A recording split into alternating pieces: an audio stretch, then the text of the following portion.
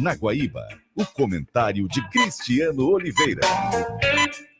Com temperatura de 17, 18 graus agora na capital. Meu caro Oliveira, bom dia. Tudo bem? Saudações, bom dia a todos. Num primeiro momento, para deixar claro que o torcedor da dupla Grenal, depois de uma noite aí de 10 gols marcados, né, 5-0 do Grêmio, 5-1 do Inter, deixou na largada ser aquele cara que vai tentar puxar as coisas para o modo realidade. O torcedor da dupla Grenal não tem motivo nenhum para ficar empolgado. Vamos deixar isso muito claro. A dupla Grenal ontem venceu dois times muito fracos, assim, absurdamente, ridiculamente fracos. Na comparação, é óbvio, com a dupla Grenal, cada um tem ali as suas lutas, e as suas lutas são justas, enfim. O 9 de outubro é o lanterna do campeonato equatoriano, e o Glória de Vacaria é um time da divisão de acesso do Campeonato Gaúcho, que inclusive vem de derrota, onde tomou 3 do Veranópolis final de semana. Posto isso, se imaginava que a dupla Grenal contra times tão fracos fosse vencer, fosse golear e tal, e acabou de fato sendo o que aconteceu. Algumas coisas que ficam da noite de ontem, tá? Eu vou começar pelo Inter, que arrigou, né, por ser uma competição continental, foi o jogo mais importante.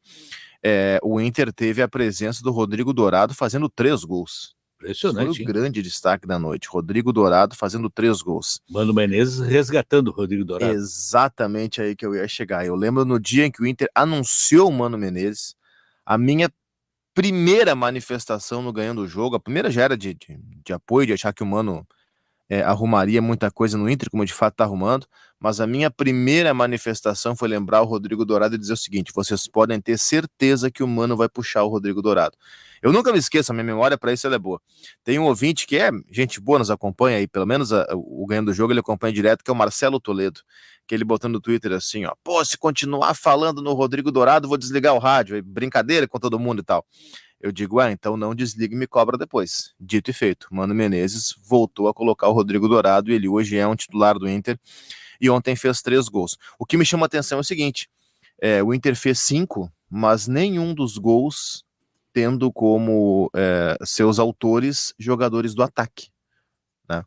O que prova mais uma vez Foram 3 do Rodrigo, um foi contra e um foi do Estevão, que é o meia, né? Que entrou no segundo tempo, o David, por exemplo, não fez gol, enfim, o próprio Tyson voltando, enfim, o Inter tem uma dificuldade nesse jogador terminal. O Mano sabe disso, né? O Mano sabe disso. Eu tenho repetidas vezes venho dizendo repetidas vezes que na próxima janela de transferências o foco do Inter deve ser a busca por um centroavante, porque o Inter, né, a grande venda do Inter na sua história, que aliás ontem estava no Beira-Rio assistindo ao jogo, o Yuri Alberto, esse cara não teve um substituto, né? Nem sequer próximo, né? Tava aí ontem. Tava aí ontem vendo o jogo. O David não é centroavante, é um cara com uma dificuldade muito grande. O alemão a gente viu que estava de aniversário, passou o aniversário, voltou a ser o que sempre foi. O Wesley Moraes, uma observação de mercado que eu até achei bem interessante do Inter, mas na prática não correspondeu. E mesmo que corresponda, ele não é um goleador, ele tem um outro perfil. O Inter não tem o famoso fazedor de gol, o cara que empurra a bola para dentro. Isso falta ao grupo do Inter, e me parece que na próxima janela é isso que o Inter vai buscar. E mais cedo teve um Grêmio contra o Glória, um Grêmio que teve ali algumas figurinhas carimbadas como Thiago Santos, Benítez. Aliás, é impressionante, o Thiago Santos e o Benítez, eles não conseguem jogar bem nem contra o Glória da Vacaria.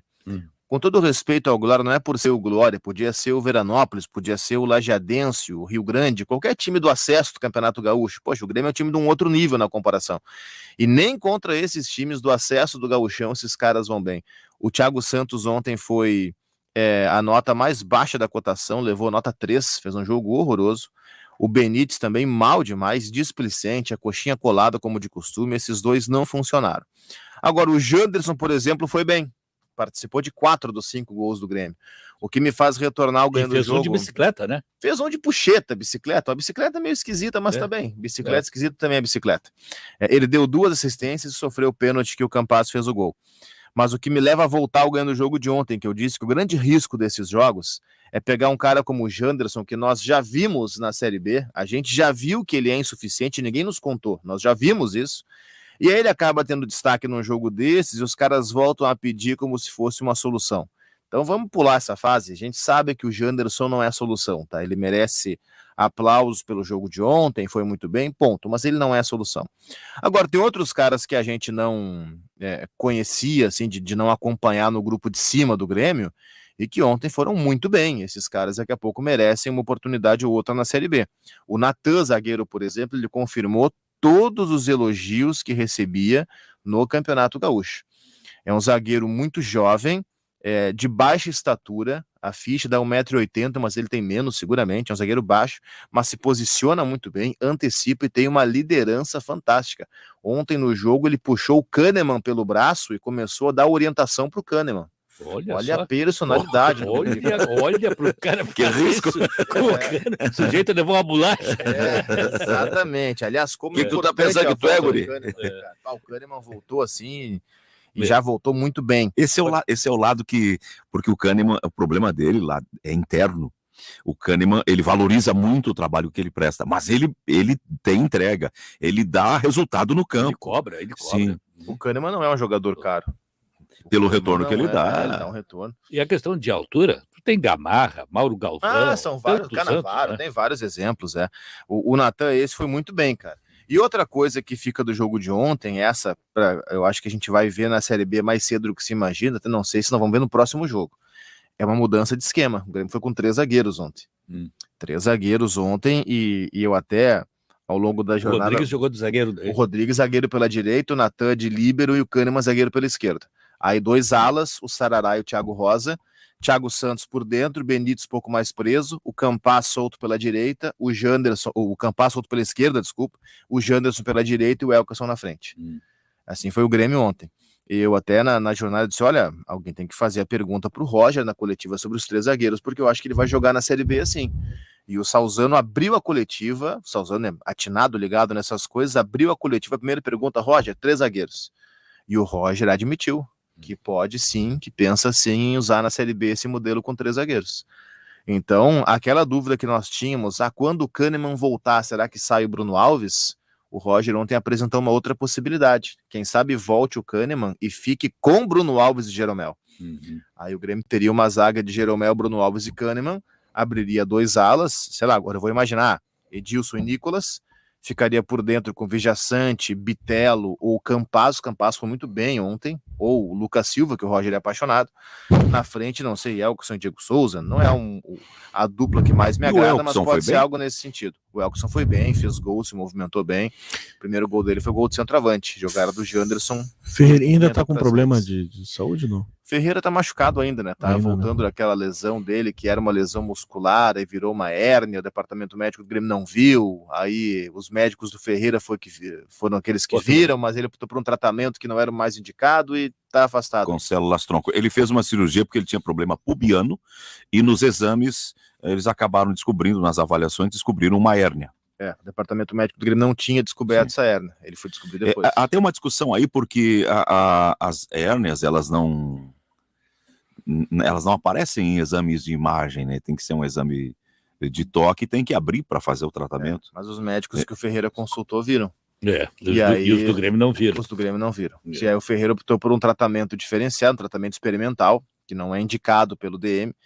E aí, enfim, foi diagnosticada essa hérnia e o Ferreira segue fora. Falando em departamento médico do Grêmio, tudo indica que o caso do Leonardo Gomes é outro Gabriel. Olha, Jurandir, com muita tristeza, eu de forma leiga acho que sim. Eu acho que sim, porque ele vai completar aí 3 anos machucado, né? Um lateral que estava no radar do Tite. O Kleber Xavier, auxiliar do Tite, disse isso na época da lesão, né? Estava no radar do Tite. Ele se machucou, puxar pela memória agora, se não me engano, foi 6 de setembro de 2019. É a 3ª temporada que ele tá. Não, ele vai fechar 3 anos em setembro. 3 anos machucado em setembro. Imagina. E aí agora, ele treina algumas vezes, volta e meia eu vejo nas redes do Grêmio foto dele treinando e tal, mas ele nunca nem sequer é relacionado, e agora há pouco tempo sofreu mais uma lesão muscular, mais um tempo fora sem conseguir sequer treinar. Esse eu sinceramente não tenho esperança mais, viu? Vai completar 3 anos machucado. A gente começa a desconfiar, Jurandir, se ele começar a ter, assim, contrato renovado, sabe? Sabe aquele, que nem o Gabriel tinha, renovava, e não jogava nunca. Tomara que ele volte, porque ele ainda é jovem, né? Ele tem, acho que 26 anos, ele ainda é jovem e era muito bom jogador, cara. Tava no radar da seleção brasileira. Mas é mais um, né, que foi pro departamento médico do Grêmio e não voltou mais. Uma pena se confirmar, tomara que não. Tomara que não se confirme. Mas enfim, o Oliveira, mais às 11? Mais às 11 no Ganhando o Jogo, onde eu vou tentar frear a empolgação de alguns torcedores com a noite de ontem, porque eu não vejo muito motivo exatamente para ficar empolgado. Verdade. Uma última colocação aqui, a gente falou na primeira parte do programa sobre Luiz Fux, né, que havia sido convidado pela Câmara de Indústria e Comércio de Bento Gonçalves para dar uma palestra. Ela foi cancelada no local inicialmente previsto, mas vai acontecer, e quem organiza agora o evento não é mais a SIC, mas sim a OAB, a seccional regional. Então trocou de lugar. Ele vem virar. Virar?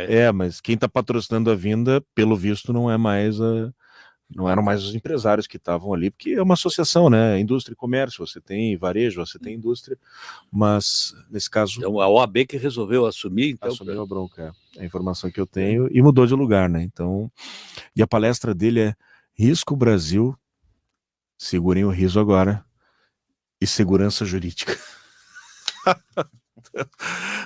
Com esse STF, falar em segurança jurídica só pode ser. Mas tudo bem. Risco Poliveículos, cada vez melhor.